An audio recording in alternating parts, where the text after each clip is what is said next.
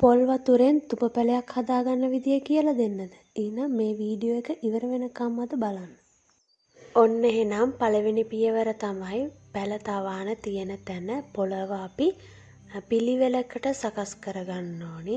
ගල් මුල් අයින් කරලා කප් තියාගන්න පුළුවන් විදියට එක සමානව පොළව සකස් කරගන්න එක තමයි දැන් අපි කරන්නේ.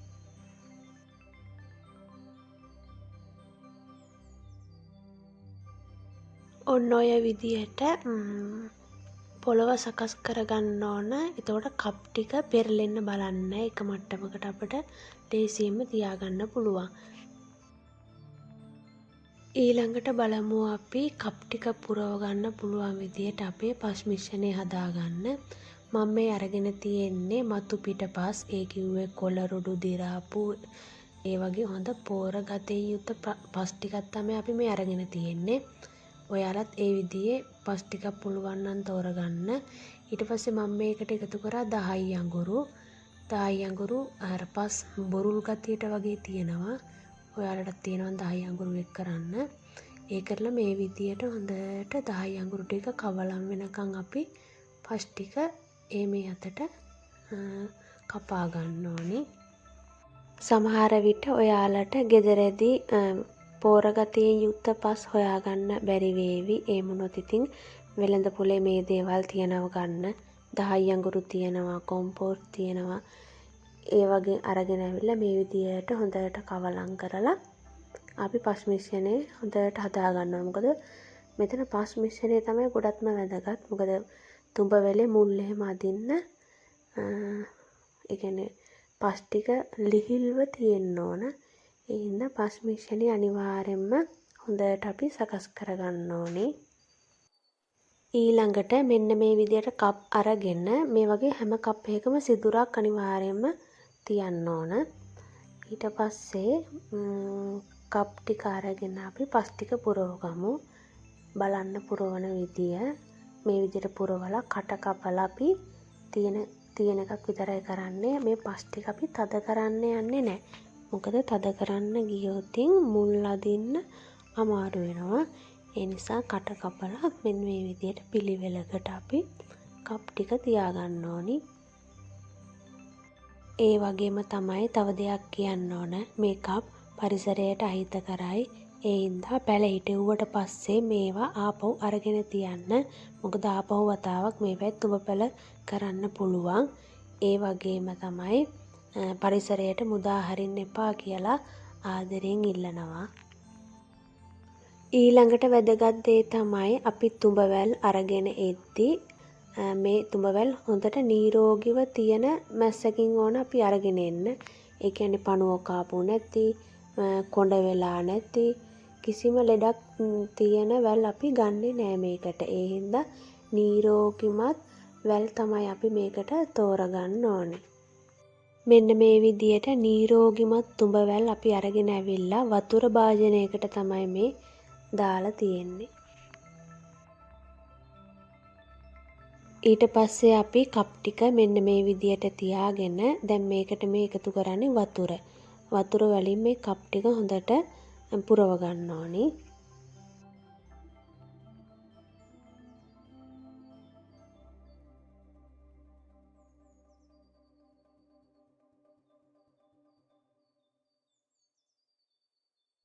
ඊට පස්සේ අපි මෙන්න මේ විදියට භාජනයකට පොල් වතුර ටිකක් දාගන්න ඕනි. මේකට එක පොල් ගෙඩියක් ගත්තම ඇති. මොකද පොල් වතුර යන්තම් ගෑවුනත් හොඳටම ප්‍රමාණවත්. ඒක නිසා ඔයාලා එක පොල් ගෙඩියක වතුර ගන්න. ඒ හොඳටම ප්‍රමාණවත්.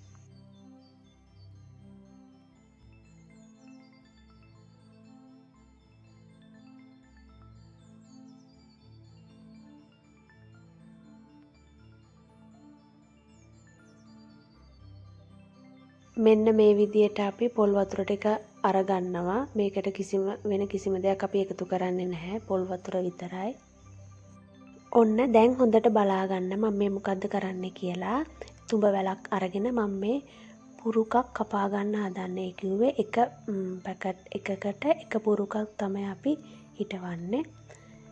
හොඳට බලා ගන්න. මම ඔය අයින් කරන්නේ තුඹ වැල අල්ලගන්න පහුර සහ එන්න තියෙන මල. ඒ දෙක අයින් කරන්න ඕන. දල්ල විතරක් ඉතිරි කරලා ඔය හැම පුරුකක් ගාවම චූටිවට දල්ලක් තියෙනවා. අන්නේ දල්ල ඉතිරි කරලා අනිත් දෙකම අපි අයින් කරගන්න ඕන. මෙතනදී අනිවාර්යයෙන්ම එන්න තියෙන මල සහ අල්ලගන්න පුරුක අපි අයින් කරන්න ඕන. මොකද නැත්තම් ඒ දෙකට පෝෂණය යනවනේ. ඒ හින්දා දල්ල විතරක් ඉතුරු කරන්න. එතකොට දල්ල නිරෝගීව වැඩෙනවා. ඔන්න ඔය විදියට අපි ඇලේට කපාගෙන මුල කොටස අපි මේ විදියට පොල් වතුරට දාන්න ඕන. ඒ මුල කොටස තමයි අපි කප් එකේ යට කරන්නේ. ඔන්න බලා ගන්න හොඳට. උදේ කාලේදී අපි තුඹ පැල කරන්නේ. මොකද මේ වැල්වල පින් එහෙම තියෙනවා. ඒ හින්දා හවසට තමයි අපි මේ දේවල් කරන්නේ. ඒ හින්දා අද ටිකක් රැ වුණා. දැන් මෙන්න මේ විදියට කෝටු කෑල්ලක් අරගෙන හැම කප් එකකම මැදින් සිදුරක් තියන්න ඕනේ. මොකද ඒ සිදුරට තමයි අපි තුඹ වැල දමන්නේ. මෙන්න මේ විදියට සිදුරක් හදාගන්න.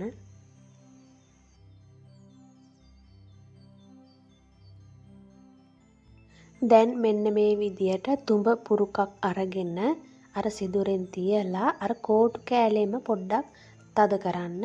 ඒ හොඳටම ප්‍රමාණවත්. ඒ වගේම තමයි තුඹ පැල කරද්දී මල් වැල් සහ ගෙඩි වැල් දෙකම අනිවාර්යෙන්ම ඕනි. දෙක කවලමට පැකට් කරගන්න එපා වෙන වෙනම. ඉස්සෙල්ලා ගෙඩි වැල් ටික හදලා ඊට පස්සේ මල් වැල් ටික හදාගන්න. ගෙඩි වැල් 100කට මල් වැල් 10ක් හෝ 15ක් අනිවාර්යෙන්ම ඕනි. මෙන්න මේ විදියට තමයි දල්ල තියෙන්නේ.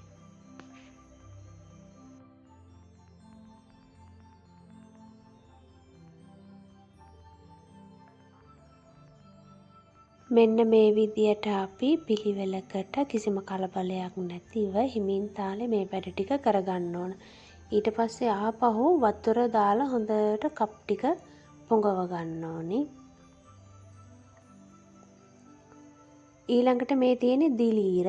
අනිවාර්යයෙන්ම දිලීර එකතු කරන්න ඕන. මොකද දිලීර දෑවේ නැතුනොත් මුල් කුණු වෙනවා, කඳන් තැම්බෙනවා. ඒ වගේ දිලීර ප්‍රශ්න එනවා. ඒ හින්දා කොළ කහ වෙන්න බලනවා. ඒ හින්දා දිලීර දාලා ආපහු හොඳට මේ කප් ටික පුරව ගන්න ඕන.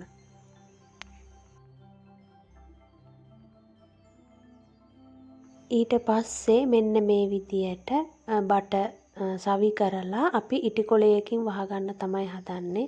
ඒකට කියන්නේ ප්‍රොපකේටරය කියලා. මගේ වචනේ වැරදි නම් නිවැරදි කරන්න. ඔන්න ඔය විදියට ඉටිකොලයකින් අපි වහගන්න ඕනි. දැන් මේක දවස් 21ක් යනකම් අපි වහුන් අරින්නේ නැහැ. වටේට පස් දාන්න ඕනේ නැහැ. මේ විදියට ගල් ලී තියලා ඒ කියන්නේ ගොළු බෙල්ලොන්ට ඇතුළට යන්න බැරි වෙන්න සකස් කරන්න ඕන. මේ තියෙන්නේ දවස් 21කට පස්සේ. පේනවනේ ඇතුලේ පින්න හැදිලා තියෙන හැටි. ඔන්න දැන් අද තමයි අපි මේක ඉටිකොලේ අයින් කරන්න හදන්නේ. අපි මේ තවානට හොඳට වතුර දාලා තමයි ඉටිකොලෙන් වහන්නේ. ඒක නිසා ආපහු ඉටිකොලේ අයින් කරලා වතුර දමන්න යන්නේ නැහැ. දවස් 21කට පස්සේ තමයි මෙන්න මේ විදිහට අපි ඉටිකොල ආවරණය ඉවත් කරන්නේ. මෙතනදී පුංචි වැරද්දක් වෙලා තියෙනවා. අර තුඹවැල් අපි අරගෙන ආවට පස්සේ අපි දැක්කේ නැතුව පණුවෙක් කොහම හරි ඉඳලා තියෙනවා. ඒ පණුව තමයි මේ කොළේම කාලා තියෙන්නේ. ඔයාලට පේනවා ඇති.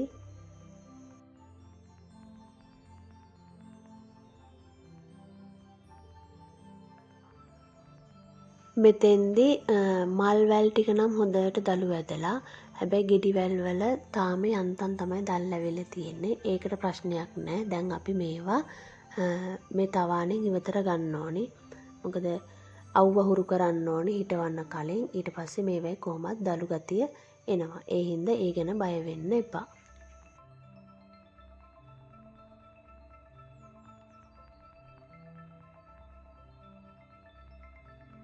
දැන් මම ඔයාලට පෙන්වන්න හදන්නේ මෙන්න මේ තුඹ පැලේ මුල් ඇදිලා තියෙන්නේ කොහොමද කියලා.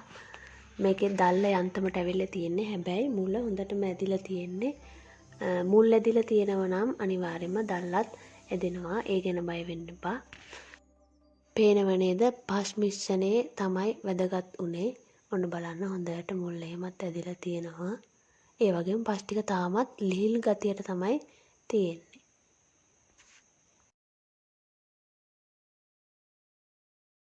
ඔන්න ඔය විදිහට තමයි අවසානය. දැන් මේ තවානේ දළු ඇදිලා තියෙන පැල ටික අපි තවාණෙන් අයින් කරගන්න ඕන. එකපාරටම අවුවෙන් තියන්නේ නැහැ. ටික ටික තමයි අපි අවුව හුරු කරන්නේ. එතකොට දළු ආපු නැති පැල තියෙනවනේ. ඒ පැල ටික නැවතත් තවානේ තියලා ඉටි කොලෙන් වහන්න. ඊට පස්සේ දවස් දෙක තුනකට පස්සේ බලන්න. එතකොට ඒ වගේ දළු අනිවාර්යෙන් ඇදිලා තියෙනවා. ඔන්න ඔය විදියට තමයි අපි තුඹ පැල පොල් වතුරෙන් හදාගත්තේ. මේ විදියට ඕනම පැලයක් ඔයාලට පොල් වතුර දාලා හදාගන්න පුළුවන්.